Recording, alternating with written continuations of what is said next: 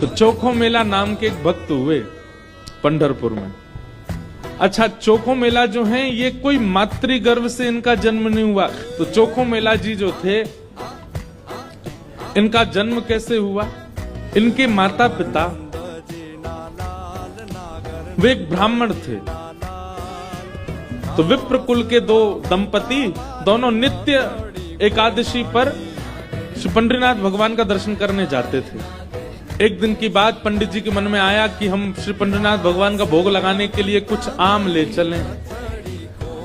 आम लेकर के पंडित जी और उनकी घरवाली दोनों जब मंदिर जाने लगे, तो ठाकुर जी तो इतने प्रेमी हैं भक्तों के कि मंदिर तक आम लेकर के आए, तब तक ठाकुर जी से प्रतीक्षा नहीं हुई। भगवान एक ब्राह्मण का रूप धारण करके बाहर ही चले गए और बाहर जाकर के वो ब्राह्मण दंपति से कहने लगे, हमको बहुत जोर की भूख लगी है, हम बहुत दिन से भूखे हैं, आपके पास बहुत सारे आम हैं, इसमें से 2-3 हमको दे दो। तो विप्र दंपति ने सोचा कोई बात नहीं, 2-3 आम इनको दे देते हैं, बाकी 2 धागे फिर पंडरीनाथ जी का भोग लगा देंगे। लीजिए लीजिए भैया, आप लोग पाओ। अब जैसे ही ब्राह्मणी ने आम दिया, पंडरीनाथ भगवान जिस रूप में आए थे उस रूप में बढ़िया प्रेम से फल पाने लगे। लेकिन वो क्या करते, थोड़ी देर तो आम चूसते, पूरा आम नहीं पाते, थोड़ा सा उसमें छोड़ देते और फिर ब्राह्मणी की गोद में ही डाल देते। और महाराज आधे आधे आम चौंके और चौंक करके उनकी गोद में डालते जाएं। बेचारे ब्राह्मण देवता दंपति एक दूसरे को देखने लगे, बोले कि ये क्या कर रहे हैं?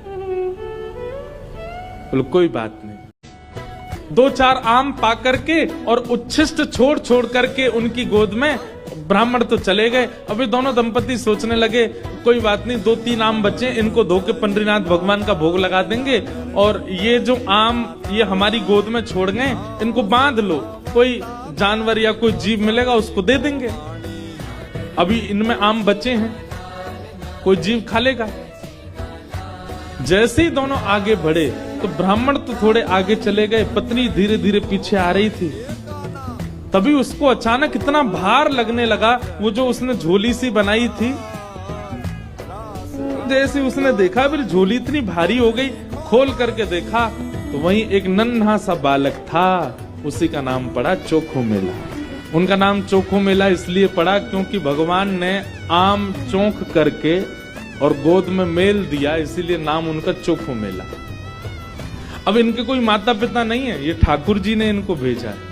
अब चोखो मेला को देख करके, उस बालक को देख करके ब्राह्मणी ने मन में विचार किया, अगर मैं इस बालक को लेकर के गई तो सब लोग पूछेंगे ये कैसे जन्मा, मैं सबको क्या उत्तर दूंगी? मेरी बात कोई नहीं मानेगा कि झोली में अपने आप आ गया।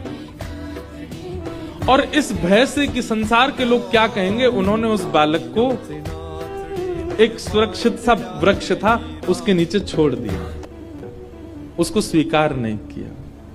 तभी कुछ चर्मकार वहां से निकल रहे थे, उनमें से एक की दृष्टि पड़ी और उस रोते हुए बालक को देख करके उन्होंने उसको स्वीकार किया और भगवत प्रसाद मान करके एक चर्मकार परिवार ने चोखो मेला जी का पालन पोषण किया। धीरे धीरे वो बड़े हुए। अब क्योंकि उनके माता पिता चर्मकार परिवार के हैं, इसलिए कई जगह उनको मंदिर में जाने से रोक दिया जाता। पर ठाकुर जी तो किसी की जात पात नहीं देखते ना, ठाकुर जी तो सबसे प्रेम करते हैं। चोखो मेला जी अपने पिता के साथ में खेती बाड़ी करते थे। एक दिन खेती करते करते उनके मन में आया, इतने सुंदर सुंदर फल, इतने सुंदर सुंदर सब्जियां हुई हैं, मैं क्यों ना इन फलों को पंडरीनाथ भगवान का भोग लगाने ले जाऊं। तो उन्होंने क्या किया, एक केले के वृक्ष से खूब सारे केले ले लिए और एक झोला में बांध करके चल दिए। पंढरपुर से 12 किलोमीटर दूर उनका गांव था। जैसे ही पहुंचे पंढरपुर, इतने आनंद में भर गए कि उन्होंने विचार ही नहीं किया। बहुत लोगों ने रोकने का प्रयास किया कि इनको मंदिर में ना घुसने दिया जाए, ये अधिकारी नहीं है, लेकिन वो तो इतने भाव में आ गए कि वो घुसते ही चले गए। और जैसे भीतर पहुंचे महाराज, लोगों ने घेर करके चोखो मेला जी को पीट दिया, बहुत मारा, उनके वस्त्र फाड़ दिए, सिर में चोट लगी, हाथ में चोट लगी, पैरों में चोट लगी, सब जगह इतना जख्म दे दिया चोखो मेला जी रोते रोते वापस आ गए। पंडरीनाथ भगवान को भोग नहीं लगा पाए। शाम का समय चोखो मेला जी अपने सब घावों को जहां जहां से रक्त निकल रहा था साफ कर रहे थे और गुस्सा कर रहे थे। बोले अब नहीं आऊंगा आपके पास। बैठ गए हो, ईंट के ऊपर खड़े हो गए हो, इतने सारे अपने आगे जो है धर्म शास्त्र के मर्मज्ञ लगा दिए हैं, वे सब जात पात देख करके दर्शन कराते हैं। खड़े रहो, बने रहो महाराज अपने रूप में, हम तो नहीं आएंगे आपका। अरे कुछ करने थोड़ी आया था, कुछ मांगने थोड़ी आया था, अपने खेत के बढ़िया फल लेकर के आपका भोग लगाने आया था। इतने में ही श्याम सुंदर पीतांबरी पहने चलते हुए चोखो मेला के पास प्रत्यक्ष प्रकट होके आ गए और चोखो मेला के पास आकर के गले में गलवैया डाल करके बैठ गए। ए चोखा, नाम ही भगवान उसको चोखा बोलते। ए चोखा, तू इतना उदास क्यों हो रहा है? बोले उदास? इतना पिटवाया हमको, हाथ पांव सब तोड़ ताड़ दिए हमारे, और अब मेरे घर आ गए हो, मेरे गले में गलवैया डाल करके बैठे हो। ये सब लीला क्यों करते हो आप? वहां क्यों नहीं रोका आपने सब पुजारियों को, पंडाओं को, ये सब ब्राह्मणों को? ठाकुर जी बोले देख चोखा, वे सब मुझे पूजते तो हैं, मेरी सेवा तो करते हैं, पर मुझको पाषाण मानते हैं, मुझको मूर्ति ही मानते हैं, और जो मुझे पाषाण मानता है ना, उनके लिए मैं पाषाण ही रहता हूं। उनके लिए ना मैं बोलता हूं, ना मैं हंसता हूं, मैं बस एक टक खड़ा रहता हूं, ना मैं खाता हूं, ना मैं पीता, कुछ नहीं। तू तो मुझे पाषाण नहीं मानता ना, तू तो मुझे साक्षात ठाकुर जी मानता है, इसीलिए तो अपने अपने अपने बगीचे के फल लेकर के मेरे पास आया। वहां बहुसंख्यक पाषाण मानने वाले लोग हैं, इसलिए मैं उनके सामने बोला नहीं। एकांत में जब तू आ गया तो मैं तेरे पास आ गया। चल चोखा, अब तू मुझे अपने आंगन के फल खिला दे। चल चोखा, अब तू मुझे अपने आंगन के फल खिला दे। अपने हाथों से सुंदर छिलका उतार उतार करके श्री पंडरीनाथ भगवान को अपने हाथ से खिला रहा है चोखो मेला।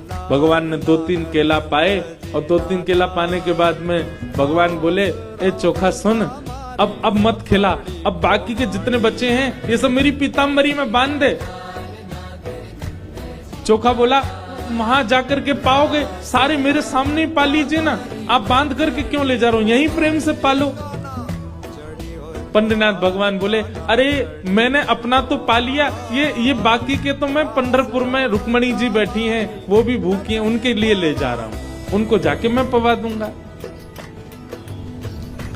आज चोखा तेरे ऊपर इतना प्रहार किया ना सबने, तेरे ऊपर इतना अत्याचार किया सबने, इसलिए मैंने और रुक्मणी जी ने आज भोजन ही नहीं किया, हम दोनों भूखे हैं। अब मैंने तो पा लिया, अभी रुक्मणी जी के लिए ले जाऊंगा। भगवान अपनी पीतांबरी में केले बांध करके पंढरपुर आ गए, और पंढरपुर में आकर के रुक्मणी जी को पवाया।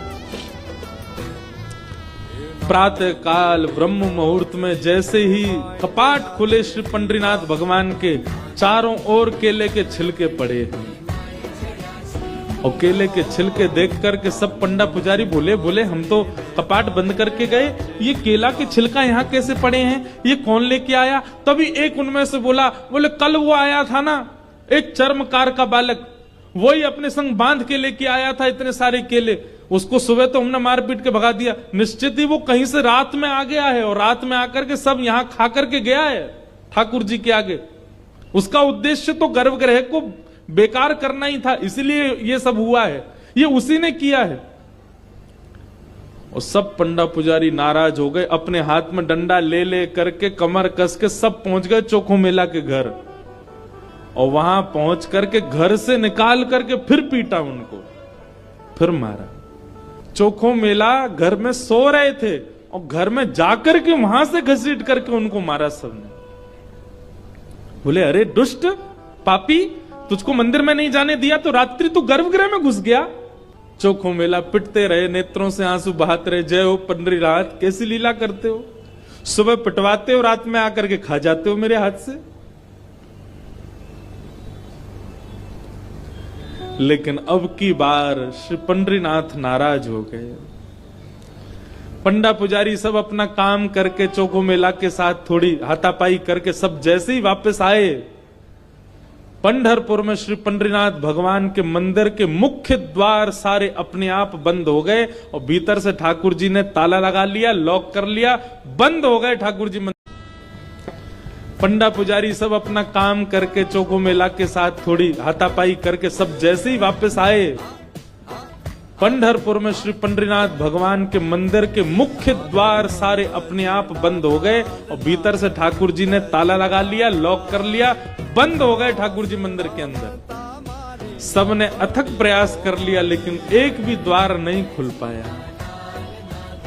पूरा दिन व्यतीत हो गया, बड़े बड़े कारीगर आ गए लेकिन दरवाजा तोड़ भी नहीं पाए, खोल भी नहीं पाए। तब अंत में सबको लगा हमने कोई अपराध किया है। चारों ओर पंडा पुजारी और बड़े बड़े वेदज्ञ, बड़े बड़े मनीषी सब बैठ गए, हाथ जोड़ करके पंडरीनाथ भगवान की स्तुति गाने लगे। बोले नाथ, हमसे कोई अपराध हुआ तो आप हमें बताएं, दंड दे दें, लेकिन इस प्रकार नाराज होके मत बैठो। तभी मंदिर के भीतर से भगवान ने रुग्ण स्वर में, रोते हुए स्वर में भगवान की आवाज आई। बोले अरे तुम बनते हो बहुत बड़े विद्वान, बहुत बड़े मनीषी, बहुत बड़े ज्ञानी, बहुत बड़े जात पात के नियोजन करता, मेरे भक्त का अपमान करते हो, मेरे भक्त को मारते हो, मेरे भक्त के साथ दुराचार करते हो, नहीं देना मुझे किसी को दर्शन। और अब जब तक पृथ्वी है तब तक यह मंदिर बंद ही रहेगा, मैं भीतर ही रहूंगा। जो मेरे परम वैष्णव भक्त होंगे उनके लिए द्वार खुलेंगे, वो अंदर आएंगे, बाकी सब बाहर खड़े रहो। वैष्णवों ने प्रणाम करके कहा नाथ ऐसे नाराज मत होइए, आप बताइए हमसे क्या अपराध हो गया है, उसका प्रायश्चित कैसे होगा, कृपा करके बताओ। भगवान बोले मेरे चोखो मेला को जिस प्रकार तुम लोगों ने सबने जुट बना करके जाकर के उसको मारा है, अब तुम सभी वेदज्ञ, तुम सभी ब्राह्मण, तुम सभी श्रेष्ठ जन पालकी सजा के लेके जाओ और चोखो मेला को बिठा करके नाचते गाते उत्सव जैसे एक मेरी पालकी सवारी निकालते हो, ऐसे चोखो मेला की सवारी पूरे नगर में घुमाते हुए मेरे सामने लेकर के आओ, तब मेरे द्वार खुलेंगे, तब मैं तुमको क्षमा करूंगा, नहीं तो नहीं करूंगा। भगवान की आज्ञा मान करके गए और चोखो मेला जी को जाके प्रणाम किया।